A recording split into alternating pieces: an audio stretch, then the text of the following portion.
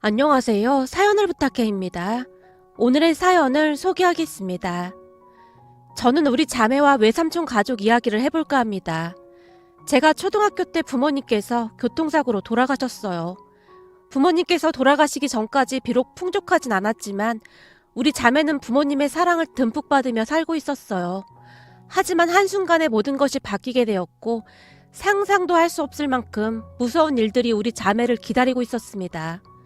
부모님 장례식장에서 사람들이 수근거리기 시작했거든요. 쟤들 앞으로 어떻게 한대? 하나도 아니고 둘씩이나 있는데 누가 데려간다고 할까? 아유, 한 집에서 어떻게 둘을 다 데려가? 데려가더라도 한 명씩 데려가겠지. 근데 누가 데려갈진 아직 모르는 거지? 다들 눈치만 보고 있는 것 같더라고. 그래봐야 고모랑 외삼촌밖에 더 있겠어. 누가 데려갈지 모르겠지만 쟤들 인생도 앞으로 참 힘들겠다. 그러게 말이야. 어쩜 복이 없어도 저리도 없을까나. 하루아침에 부모가 저리 됐으니 참 박복한 인생이구만. 여기저기서 사람들이 수근거리는 목소리가 그대로 들려왔습니다. 그런데 사람이 참 신기한 게 말이죠. 그전까지는 제가 언니였지만 동생을 챙기고 그러한 적도 별로 없었는데 동생과 둘만 남게 되니 제가 동생을 돌봐야 한다는 생각만 머릿속에 가득했어요. 아마도 그냥 본능적으로 제 동생은 제가 지켜야 한다는 생각이 들었던 것 같습니다. 그렇게 저는 아무것도 모른 채 앉아있는 동생의 손을 꼭 잡은 채 절대 놓지 않았습니다. 부모님의 장례식이 다 끝나갈 때까지 아무도 우리 자매를 데리고 가겠다는 친척이 없었고 말이죠. 그리고 동생과 저는 혹시나 헤어지지는 않을까 두려움에 떨고 있었습니다. 어찌나 두려웠던지 지금도 가끔 장례식장 안에서 동생의 손을 꼭 잡고 있던 제 모습이 꿈에 보일 정도랍니다. 그렇게 며칠이 지난 어느 날 고모가 우리 자매를 데리고 고모 집으로 갔어요. 니들 어떻게 할래? 생각해봐라. 누가 니들 둘 다 데리고 가겠어. 따로따로 나눠서 가야 할 것 같은데 한 명은 고모랑 같이 살고 한 명은 다른 데 가서 살아야지. 우리도 먹고 살아야 하는데 니들 둘 다 키울 순 없잖아. 싫어요. 우린 같이 있을 거예요. 니들이 어떻게 같이 있어? 니가 지금 사태 파악이 안 되는 모양인데. 몰라요. 난 내 동생이랑 항상 같이 있을 거예요. 그런 말이야. 니들 둘이 같이 있을 방법이 하나 있긴 해. 그 순간 고모의 입가에 미소가 번지기 시작했어요. 그게 뭔데요? 그냥 니들 스스로 고아원에 간다고 하면 돼. 고아원 가면 니들 둘이 같이 살 수 있어. 안 그럼 니들 둘이 따로 살아야 해. 그니까 며칠 뒤에 니들 외삼촌 만나면 꼭 고아원으로 같이 가겠다고 해. 알았지?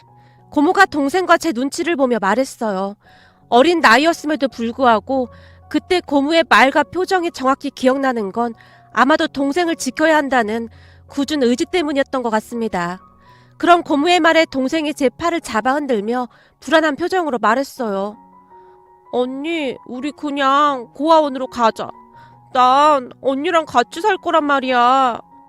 알았어. 나도 너랑 꼭 같이 살 거야. 동생과 제가 붙잡고 있던 손에 힘까지 준 채 서로를 바라보고 있었어요. 그리고 우리 자매의 대화를 듣던 고모와 고모부의 얼굴이 순식간에 밝아졌고 말이죠. 그래, 니들 생각 잘했다. 이 세상에 니들 둘밖에 없는데 절대 떨어지면 안 되지. 니들 엄마 아빠도 그걸 원할 거다. 그니까 며칠 후에 니들 외삼촌 만나면 니들이 똑똑히 말해야 한다. 니들은 고아원에 가기로 했다고 말이야. 알았어요. 그럼 우리 둘이 같이 살 수 있는 거죠? 물론이지. 고아원은 둘이 갈 수 있는 곳이거든. 지금 어렴풋이 기억을 더듬어 보면 그때 저는 고아원이 뭐 하는 곳인지도 정확히 모르고 있었던 것 같습니다. 단지 동생과 함께 갈 수 있다는 말에만 집중하고 있었으니까요. 그렇게 며칠 후 고모 부부와 외삼촌 부부 그리고 우리 자매가 한자리에 모였어요. 먼저 입을 연 사람은 외삼촌이었는데요. 자, 그럼 어떻게 하실 건가요? 그때 고모님 말씀으로는 각자 한 명씩 데려가서 키우자고 하셨잖아요. 그렇죠. 저기 근데 말이죠. 혹시 제 동생이랑 올케한테 대출이 있는 건 알고 있었나요? 외삼촌이 고모의 입을 뚫어지라 바라보면서 말을 이어갔어요. 대출이요? 아니요. 두 사람한테 대출이 있었나요? 그렇더라고요. 대출 받은 게 꽤 있어서 보험금이랑 이것저것 다 처분해도 몇 푼 남지도 않더라고요. 그랬군요. 저희는 전혀 모르고 있었습니다. 그래서 말인데 사실 애들 키우는데 돈이 한두 푼 드는 것도 아니고 참 난감하더라고요. 아시다시피 우리한테 애들도 있고요. 그렇긴 하죠. 그래서 한 명씩 데려다 키우기로 한 거 아닙니까? 저기 근데 이게 좀 그렇더라고요. 지금 사는 곳이 제주도잖아요? 그럼 애들이 서로 만나기도 힘들고 그러면 오히려 더 안 좋을 것 같아서요. 그거야 어쩔 수 없는 거 아니겠습니까? 상황이 상황이니만큼 방학 때나 만나게 해야 하지 않겠습니까? 외삼촌이 긴 한숨을 쉬며 우리 자매를 바라봤어요. 그런데 그 순간 고모가 탁자 밑으로 손을 내리더니 제 다리를 툭툭 치며 얼른 말하라는 듯 턱짓을 했어요. 그런 고모를 보며 제가 떠듬떠듬 말을 했고요. 저기 우리는 그냥 고아원에 갈 거예요. 뭐? 고아원? 외숙모가 놀란 듯 외쳤어요. 네, 고아원으로 보내주세요. 니들 고아원이 뭐하는 곳인지 알고나 있는 거야? 그냥 고아원 보내주세요. 제가 바닥만 바라본 채 외쳤어요. 하은아, 고아원은 왜 간다고 하는 거야? 외삼촌 집에서 살면 되잖아. 싫어요. 그럼 동생이랑 나랑 따로 살아야 하잖아요. 뭐? 그럼 니들 둘이 따로 살아야 해서 고아원에 간다고 하는 거야? 네, 나는 내 동생 시은이랑 같이 고아원에 갈 거예요. 나도 언니랑 같이 고아원 갈 거예요. 옆에 앉아만 있던 동생이 제 말을 따라했어요. 그런 제 말에 외삼촌의 눈에서 갑자기 눈물이 뚝뚝 떨어지기 시작했고 숙모가 외삼촌에게 티슈를 건네고는 우리에게 말했어요. 하은아, 시은아, 숙모랑 외삼촌이 정말 미안하구나. 우리 생각이 너무 짧았던 것 같네. 그럼 니들 둘 다 우리랑 같이 살자. 그럼 고아원 간다는 말 안 할 거지? 진짜요? 진짜 그래도 돼요? 그럼 제주도에 우리 집이 얼마나 큰 줄 알아? 니들 둘이 쓸 방도 하나 줄게. 그러니까 우리랑 같이 제주도로 가자. 그 순간에도 외삼촌은 눈물을 흘리고 있었고 숙모가 우리 자매를 꼭 끌어안으며 눈물을 삼키고 있었어요. 그리고 고모가 우리의 모습을 어이없다는 듯이 바라보다가는 그게 정말입니까? 그러니까 그쪽에서 애들 둘 다 데리고 가겠다 그 말인 겁니까? 예, 그러겠습니다. 어차피 한 명은 우리가 키울 생각이었는데 그게 뭐가 어렵겠습니까? 애들이 저렇게 간절히 말하는데 그냥 저희가 둘 다 데리고 가겠습니다. 그럼 나중에 딴소리 하시면 안 됩니다. 분명히 그쪽에서 둘 다 데리고 간다고 한 겁니다. 고모와 고모부가 확실히 해야겠다는 듯이 다시 물었어요. 예, 저희가 키울 테니 걱정 마세요. 외숙모가 다시 한번 강조해서 말씀하셨어요. 그 순간 고모와 고모부의 얼굴에 웃음꽃이 피어올랐고 말이죠. 그 뒤 우리 자매는 외삼촌과 외숙모를 따라 제주도로 내려갔습니다. 외삼촌 집은 외숙모가 말한 것과는 전혀 달랐어요. 많이 작았고 허름하게 짝이 없어 보였으니까요. 하지만 우리 자매에게 있어 그러한 것은 그다지 중요하지 않았습니다. 그저 둘이 같이 지낼 수 있다는 것만으로도 행복했으니까요. 비록 풍족하진 않았지만 우리는 그곳에서 외삼촌 가족들과 행복한 나날을 보냈습니다. 외삼촌과 외숙모는 다른 집 감귤 농사일을 다니며 돈을 벌곤 했는데 식구가 둘이나 늘었으니 더욱 힘들 수밖에 없었어요. 어느 날은 외숙모가 알아 눕게 되었는데요. 외숙모의 이마에 물수건을 올려주던 제가 미안한 마음에 눈물을 삼키며 말했어요. 숙모, 괜히 우리 때문에 더 고생인 거죠. 우리만 없었다면 삼촌이랑 숙모가 이렇게 고생 안 해도 됐을 텐데. 그게 무슨 소리야. 숙모가 아픈 게 왜 니들 때문이야. 우리 때문에 쉬지도 못하고 일하러 다니시잖아요. 그게 왜 니들 때문이야. 우리 가족 다 같이 잘 먹고 잘 살려고 그러는 거지. 그러니까 니들은 그런 걱정하지 말고 공부나 열심히 해. 그게 삼촌이랑 숙모를 도와주는 거야. 공부해서 뭐해요? 저는 고등학교만 졸업하고 바로 일할 거예요. 제가 빨리 고등학교 졸업해서 삼촌이랑 숙모 도와드릴게요. 하은아, 공부 열심히 해서 좋은 회사 들어가면 돈을 더 잘 벌 수도 있어. 그니까 공부 열심히 해. 숙모란 삼촌이 어떻게든 니들 뒷바라지는 해줄 테니까. 다행히 외삼촌과 외숙모는 참 좋은 분들이셨습니다. 외삼촌 말로는 부모님이 살아생전 외삼촌과 외숙모를 참 많이 도와주셨다고 했어요. 그랬기에 우리 자매를 차마 모른 척할 수가 없었다고 합니다. 우리 자매는 두 분의 사랑을 받으며 무럭무럭 자랐습니다. 그나마 다행이었던 건 우리 둘 다 공부를 꽤 잘했어요. 그렇게 우리 자매 둘 다 서울에 있는 대학에 합격을 했습니다. 대학에 합격을 하긴 했지만 집안 형편이 좋지 않았기에 닥치는 대로 아르바이트를 하며 지냈고요. 그리고 대학을 졸업한 후에는 저는 외국계 회사에 취직을 했고 동생도 이름만 대면 알아주는 대기업에 취직을 했습니다. 그 뒤부터 우리 가족의 형편도 조금씩 나아져 갔는데요.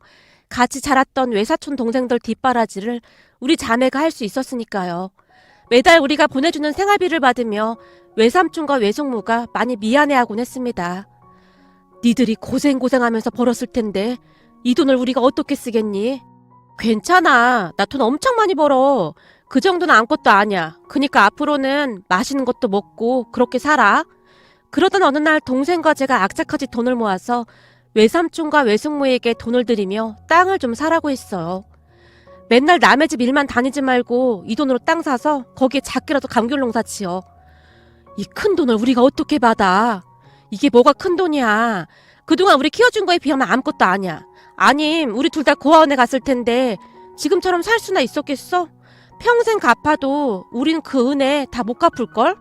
그렇게 외삼촌과 외숙모는 크진 않았지만 농사 지을 땅을 샀고 그 해부터 감귤 농사를 짓기 시작했어요.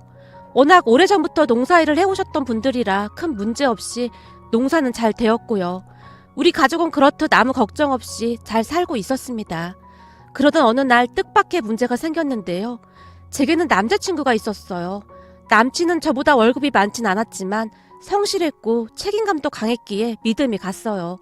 저는 돈보다는 사람이 중요하다고 생각하곤 했으니까요. 그러다가 3년가량 사귀었을 때 남친이 먼저 결혼 이야기를 꺼냈어요. 우리 나이도 있고 한데 빨리 결혼하자. 하긴 우리 사귄 지가 벌써 3년이 다 돼가네. 그니까 말이야. 우리 집에서 너 인사시키라고 난리도 아니야. 너 인사 안 시키면 엄마가 니네 회사로 쳐들어가겠대. 뭐? 우리 회사로? 아무리 그래도 그렇지 그건 좀 아니지. 넌 뭘 또 그렇게 심각하게 받아들여. 그냥 엄마가 농담하는 건데. 암튼 이번 달 안으로 우리 집에 인사 가자. 이번 달 안에? 그건 너무 빠르지 않아? 난 아직 준비도 못했는데. 준비할 게 뭐가 있어. 그냥 인사하고 밥 한 끼 먹는 건데. 남친이 대수롭지 않다는 듯이 말했어요. 하지만 그때까지 저는 앞으로 어떤 가시밭길이 기다리고 있을지 전혀 생각지도 못하고 있었는데요. 남친 가족들을 만나면서 제가 세상을 너무 만만히 봤다는 생각마저 들었으니까요. 물론 나중에는 남친도 매 한 가지였고 말이죠. 그렇게 저는 얼마 뒤 선물까지 잔뜩 사서 남친 집에 인사를 갔습니다. 남친 집은 생각했던 것보다 많이 커 보였어요.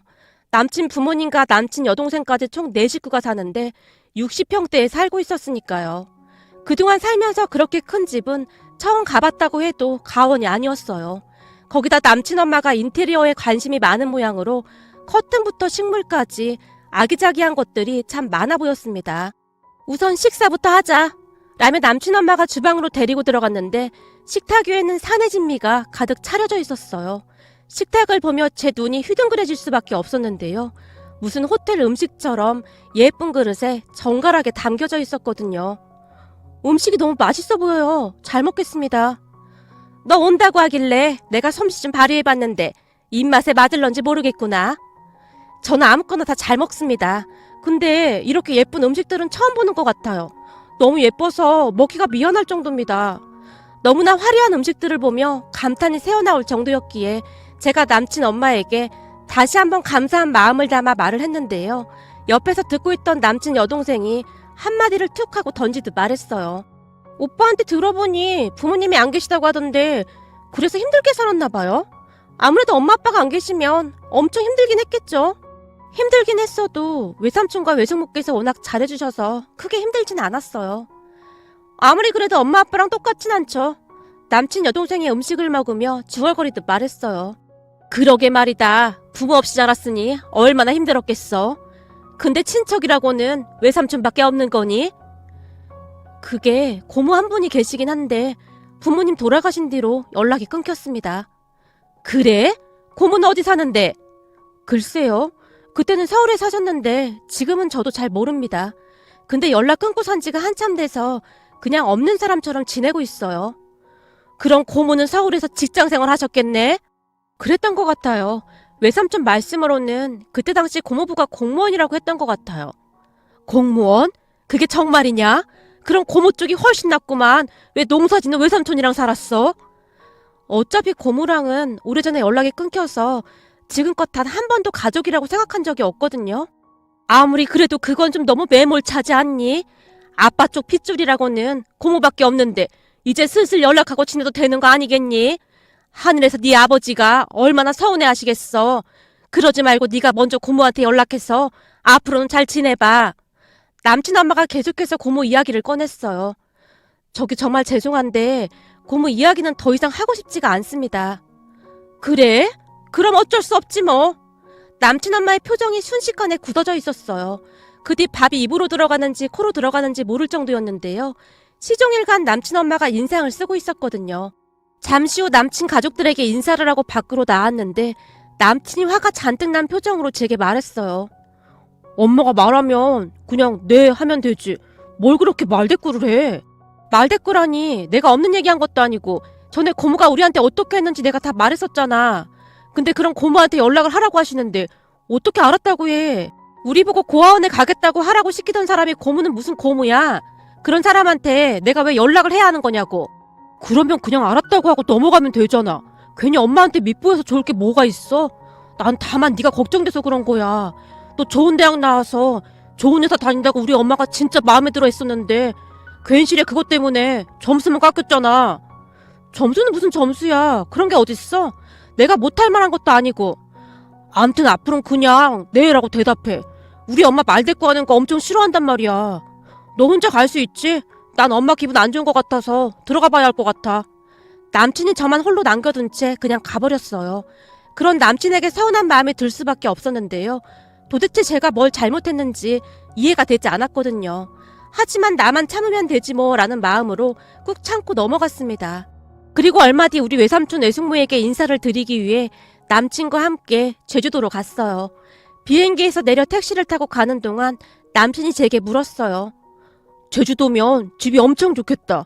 왜 제주도 펜션 같은 거 보면 엄청 멋지잖아. 그냥 그 정도는 아니고 일반 가정집이야. 에이, 그래도 엄청 좋겠지. 남친은 우리 외삼촌 집이 어마어마하게 좋을 것이라고 생각하고 있는 듯 했습니다. 물론 얼마 전에 오래된 집을 싹 다 뜯어고치긴 했지만 외삼촌과 외숙모가 워낙 검소한 분들이라 화려하거나 멋있는 것과는 거리가 멀었어요. 단지 우리 가족 모두가 편히 쉴 수 있는 것에 중점을 두고 집수리를 했으니까요. 그렇게 잠시 후 외삼촌 집 앞에서 택시가 멈췄고 남친이 택시에서 내렸는데요. 외삼촌 집을 바라보던 남친의 표정이 저는 지금도 잊혀지지가 않네요. 완전 멋씹은 듯한 그런 얼굴이었거든요. 거기다 외삼촌 외숙모가 버선발로 뛰어나오셔서 반갑게 맞아주셨는데 두 분을 바라보는 남친의 표정이 더 굳어져 있었습니다. 그냥 딱 봐도 굉장히 실망한 듯한 그런 표정이었으니까요. 남친은 시종일관 말도 잘 하지 않고 숙모가 차려주신 밥을 먹는 둥 마는 둥 했어요. 내가 음식을 한다고 했는데 입에 안 맞나 보네. 아닙니다. 제가 워낙 입이 좀 짧아서 비린내 나는 음식을 잘 못 먹어서요. 하은아, 그런 건 미리 좀 말하지 그랬니? 현수 씨 회 같은 거 잘 먹잖아. 근데 비린 걸 잘 못 먹다니. 저기 그건 고급 횟집에서나 먹을 때나 그런 거고. 순간 말을 하던 남친이 말을 멈췄어요. 아이고, 우리가 생각이 짧았구만. 미안해요. 그럼 음식 다시 차릴 테니까 잠깐만 기다려요. 아닙니다. 지금은 별로 배가 고프지 않아서요. 그래 숙모 괜찮아. 난 맛있기만 한데 이상하네. 그렇게 식사가 끝나고 외삼촌이 물었어요. 오늘 자고 갈 거지? 이부자리 준비하마. 저는 이 근처 호텔에서 지낼까 합니다. 잠자리가 바뀌면 잠을 잘 못 자서요. 그래? 그럼 혹시 예약했어? 아니, 찾아보면 있겠지 뭐. 신경 쓰지 마. 그래? 알았어. 제가 대수롭지 않게 넘기고 말았는데요. 잠시 호텔로 가겠다고 나갔던 남친에게 문자 한 통이 왔어요. 넌 나 혼자 나간다는데 따라 나서지도 않냐? 자기 호텔 가는 건데 내가 왜 따라가? 난 오랜만에 삼촌이랑 숙모랑 자야지. 됐어. 넌 내가 밥을 먹던 말던 관심도 없지? 라고 남친이 다시 문자를 보내왔기에 제가 전화를 걸었는데 남친 휴대폰이 꺼져 있었어요. 사실 그때까지도 저는 남친이 왜 그러는 것인지 전혀 모르고 있었습니다. 다음날은 남친이 아무렇지도 않게 행동을 했으니까요. 하지만 얼마 뒤 저는 정말이지 기가 막힌 이야기를 들어야만 했는데요. 외삼촌과 외숙모를 만나고 돌아온 지 한 일주일쯤이 지났을까요? 남친이 제 눈치를 보며 말했어요. 저기 하은아, 기분 나쁘게 듣지는 말고 이건 내 생각이기도 하고 우리 가족 모두의 생각이기도 해. 뭔데 그래? 저기 우리 결혼식 날 말이야. 혼주석에 니네 외삼촌이랑 외숙모가 앉는 거지. 삼촌이랑 숙모가 지금껏 우리 키워주셨는데 당연한 거 아니야? 꼭 당연한 것만은 아니지. 그게 무슨 말이야? 사실은 말이야. 그때 제주도 다녀온 뒤로 우리 부모님이 많이 난감해하셔. 왜? 뭐가 난감해? 니네 외삼촌 말이야. 아예 듣지를 못하시잖아. 나 그날 깜짝 놀랐어. 네가 전에 말할 때는 잘 못 듣는다고 했지. 전혀 못 듣는다고는 안 했잖아. 말을 하던 남친이 다시 한번 제 눈치를 봤고 저는 남친이 과연 무슨 말을 할까 하고 바라만 보고 있었어요. 외삼촌이 원래부터 잘 못 들었던 건 아닙니다. 아주 오래전에 가족들과 바닷가에 놀러 갔다가 외사촌 동생들이 갑자기 파도에 쓸려 내려가게 되었고 외삼촌이 뛰어들어 어렵게 외사촌 동생들을 구한 뒤 바다 한가운데서 탈진해서 정신을 잃어버리셨다는데요. 그 뒤 다행히 구조는 되었지만 며칠 만에 깨어나신 외삼촌의 귀가 잘 들리지 않게 되었답니다. 그렇다고 해서 전혀 못 들으시는 건 아니에요. 다만 목소리와 입모양을 크게 하면 알아는 들으시거든요. 우리 가족은 그러한 부분을 크게 생각하지도 않고 있었고요. 그런데 그날 남친의 입에서 충격적인 말들이 터져나왔습니다. 그래서 말인데 우리 부모님 체면도 있고 한데 우리 결혼식 날 혼주석에 니네 외삼촌이 앉는 건 좀 그런 거 같아. 그런 거라니?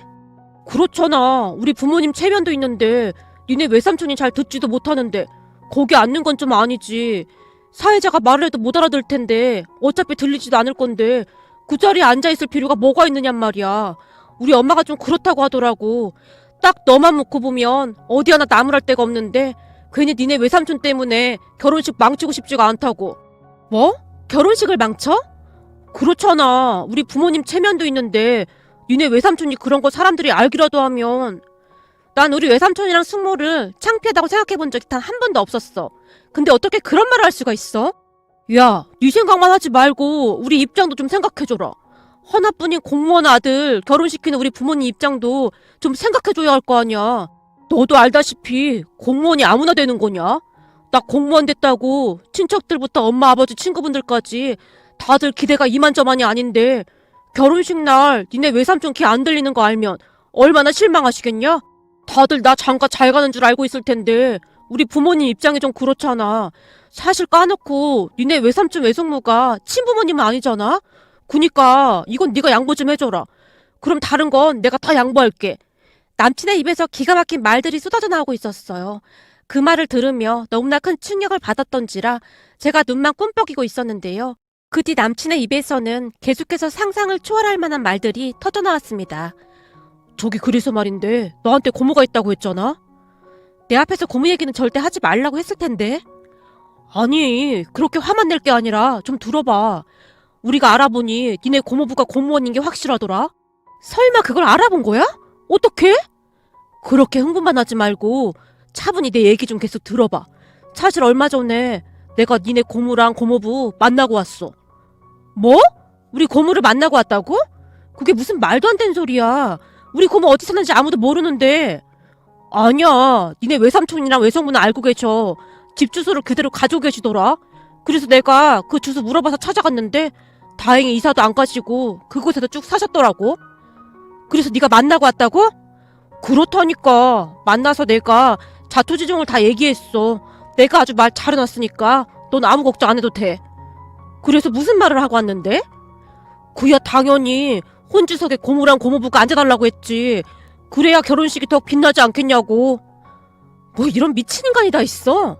순간 제 입에서 그 말이 툭 하고 튀어나왔는데요. 그보다 더 심한 욕설이 튀어나오지 않은 것이 신기할 정도였습니다. 뭐? 너 지금 뭐라고 했어? 미친 인간? 그게 남편 될 사람한테 할 소리냐?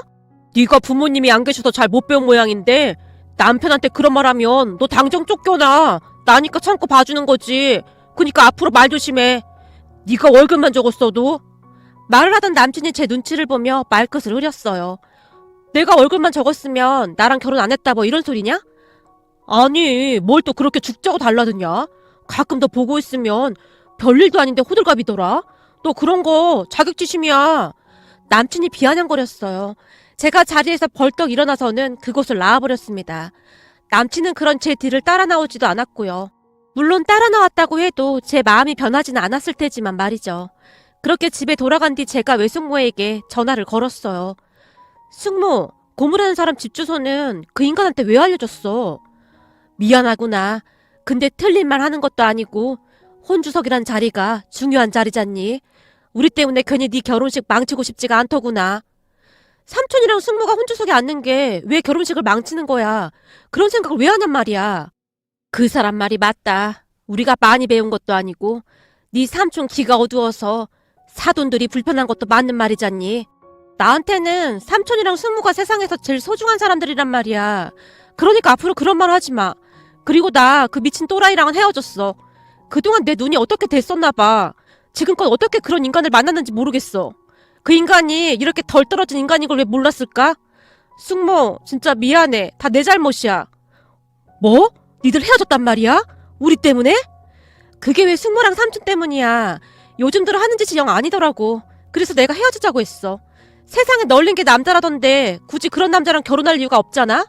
쓰레기는 쓰레기통에 빨리 버려야 하는 거야. 제 말을 듣기만 하던 숙모가 긴 한숨을 내쉬었어요. 숙모, 난 진짜 괜찮아. 아니 오히려 잘 됐어. 이런 인간인 줄 모르고 결혼했으면 어쩔 뻔했어. 아마 1년도 못 살고 이혼했을걸? 그니까 차라리 잘 된 거야. 그리고 혹시나 그 인간한테 전화 오면 절대 받지 마. 제가 한동안 숙모를 위로하다 전화를 끊었습니다. 그런데 그 뒤 더 기가 막힌 일이 일어났는데요. 어느 날 모르는 번호로 걸려온 전화를 받았는데 기억하고 싶지도 않았던 고모였어요. 잘 지냈니? 네 소식은 들었다. 벌써 결혼한다며? 시간이 아주 빠르구나.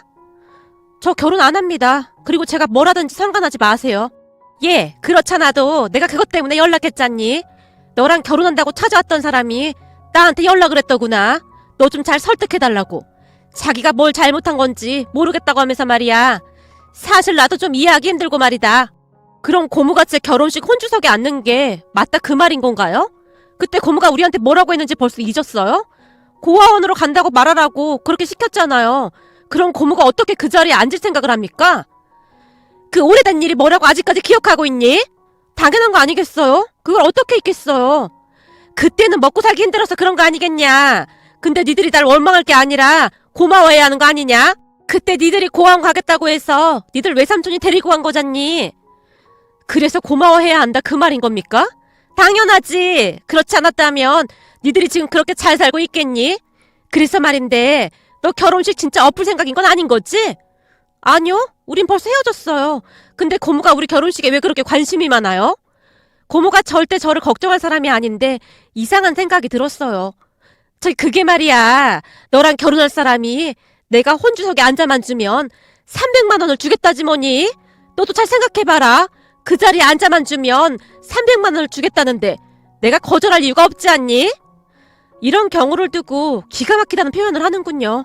그만 전화 끊죠. 더 이상 통화하고 싶진 않네요. 저기 시은아! 아무리 어렸을 때 헤어졌어도 조카 이름 정도는 기억해야 하는 거 아닙니까? 저는 시은이가 아니라 하은입니다. 그럼 이만 전화 끊겠습니다. 하은아, 잠깐만. 내가 오죽했으면 이랬겠니? 지금 우리 집 형편이 너무 안 좋아서 그랬다. 사실 네 고모부가 보증을 잘못 써서 지금 우리 형편이 말이 아니다. 집도 다 날아갈 판이야. 그래서 말인데 너랑 결혼할 남자가 주기로 했던 그 돈 말이다. 그거 네가 좀 주면 안 되겠니? 내가 들어보니 너 돈도 많이 번다고 하던데. 제가 돈이나마 썩어나는 한이 있어도 절대 고모한테는 못 주죠. 라며 제가 전화를 끊어버렸습니다. 그 뒤 계속해서 고모에게 전화가 왔지만 차단해버렸어요. 그런데 얼마 뒤 전남친이 집 앞으로 찾아왔는데요. 저기 내가 우리 엄마 설득했어. 그냥 니네 외삼촌이랑 숙모님이 앉아도 된대. 그니까 그만 화 풀어. 내가 생각이 짧았던 것 같아. 우리 이미 다 끝났는데 왜 자꾸 찾아와서 귀찮게 해? 난 너한테 정이란 정은 다 떨어졌어. 우리 이제 끝났으니까 2번 다시 찾아오지 마. 이렇게 멋대로 찾아오면 앞으로 나도 가만히 있진 않을 거야. 라며 제가 전남친을 노려봤습니다. 그랬더니 갑자기 전남친이 무릎까지 꿇고는 빌어댔어요. 하은아, 내가 어디 가서 너 같은 여자를 만나겠냐. 왜? 너 9급 공무원이잖아. 공무원 남자는 여자들이 다들 만나달라고 환장을 한다며? 사실 말이야. 지금 우리가 살고 있는 집 월세야. 부모님은 딱히 경제활동도 없고 그래서 나 혼자 벌어서 다들 먹여 살렸거든. 근데 너 만나서 이제부터 좀 마음 편히 살겠다 했는데 나 절대로 너랑 못 헤어져. 제발 나 좀 봐줘라. 그러니까 네 말은 니네 집에 돈 벌어다 줄 식모가 필요했던 거구나? 근데 돈도 없으면서 왜 그 큰 집에서 살고 있는 거야? 나 공무원 시험 합격하고 부모님이 장가 잘 가려면 그 정도는 살아야 한다고 여기저기 대출까지 받아서 월세 보증금 마련한 거야. 지금 저축도 못하고 겨우 월세 유지하고 있거든. 아버지도 간혹가다 아르바이트 하시고 뭐 이래저래 그냥 버티는 거지 뭐. 그니까 나 좀 한 번만 봐줘라. 너 없으면 나 진짜 힘들어진단 말이야. 네 말 들으니까 없던 정마저도 더 떨어진다. 다시는 찾아오지 마. 제가 전 남친을 있는 대로 노려보고는 집으로 들어갔어요. 그 뒤에도 별의별 일이 다 있었는데요. 전 남친 엄마가 직접 찾아와서는 저기 내가 좀 심했지? 사실은 초장부터 네 길을 팍 꺾어놔야 할 것 같아서 내가 고집을 부린 거다. 내 입장 돼서 한번 생각해봐라. 며느리가 돈을 훨씬 많이 버니까 우리 집을 우습게 생각할까봐 그런 거다. 내가 정말 잘못했다. 그러니 우리 아들이랑 다시 결혼식 준비했으면 좋겠구나. 혼수랑 그런 거 하나도 안 해와도 된다. 그냥 맨몸으로 오면 돼. 전남친 엄마가 제게 전남친과 다시 만나라고 몇 번이나 사과를 했지만 저는 이미 마음이 떠났었기에 전남친 엄마의 말을 들은 척도 하지 않았습니다. 하지만 그 뒤에도 전남친과 전남친 엄마가 다른 전화번호로 한동안 전화를 해댔어요. 그리고 얼마 뒤 충격적인 사실을 들었는데요. 3년이라는 세월을 사귀다 보니 전남친 친구들과도 잘 아는 사이였거든요. 그 친구 중 한 사람과 워낙 친하게 지냈었는데 그 친구가 제게 살짝 귀뜸을 해주더라고요. 전남친 가족이 방 2칸짜리 주택으로 이사를 갔다고 합니다. 공무원 시험 합격하고 얼마 안 있다가 갑자기 60평대로 이사 간다고 해서 우리도 다들 깜짝 놀랐잖아. 그 집 진짜 힘들게 살던 집이었거든. 근데 60평대로 간다고 하길래 어떻게 된 건가 다들 궁금해하긴 했었어. 근데 얼마 전 술 취해서 걔가 그러더라. 이상한 대부업체에서 대출이라는 대출 다 끌어모아서 무리하게 월세로 그 집에 들어갔다고 말이야. 너랑 결혼만 하면 다 해결된다고 말이야. 그 집 사람들 너 월급 많은 거 그거 하나 보고 달라드는 거야. 거기다 네가 전에 돈 모아서 제주도 외삼촌한테 땅도 사들인 적 있다며. 걔네 엄마 생각으로는 잘만 꼬시면 부모한테 잘하겠다 싶었대. 그래서 빨리 결혼하려고 서두른 거고 아마도 네가 다 넘어온 줄 알고 슬슬 널 마음대로 휘두르려고 했던 모양이야. 그 얘기 듣고 친구들 모두 깜짝 놀라서 걔랑 다 손절했잖아. 친구가 어이없다는 표정으로 말을 했거든요. 그렇게 저는 전남친과 헤어졌습니다. 살다 보니 별의별 인간들이 다 있더라고요. 결혼이 일륜지 대사라고 배우자가 될 사람을 만날 때는 인성이 제대로 된 사람인지부터 잘 확인해봐야겠다는 생각만 드네요. 3년이나 사귀면서도 감쪽같이 속아 넘어갔던 제 자신이 바보 같기만 합니다. 앞으로는 우리 외삼촌과 숙모가 절대로 그런 대접받지 않도록 할 생각입니다. 마지막으로 우리 자매 잘 키워주신 우리 삼촌과 숙모 항상 감사하고 사랑합니다. 오늘의 사연은 여기까지였습니다. 즐겁게 보셨다면 구독, 좋아요 부탁드립니다. 고맙습니다.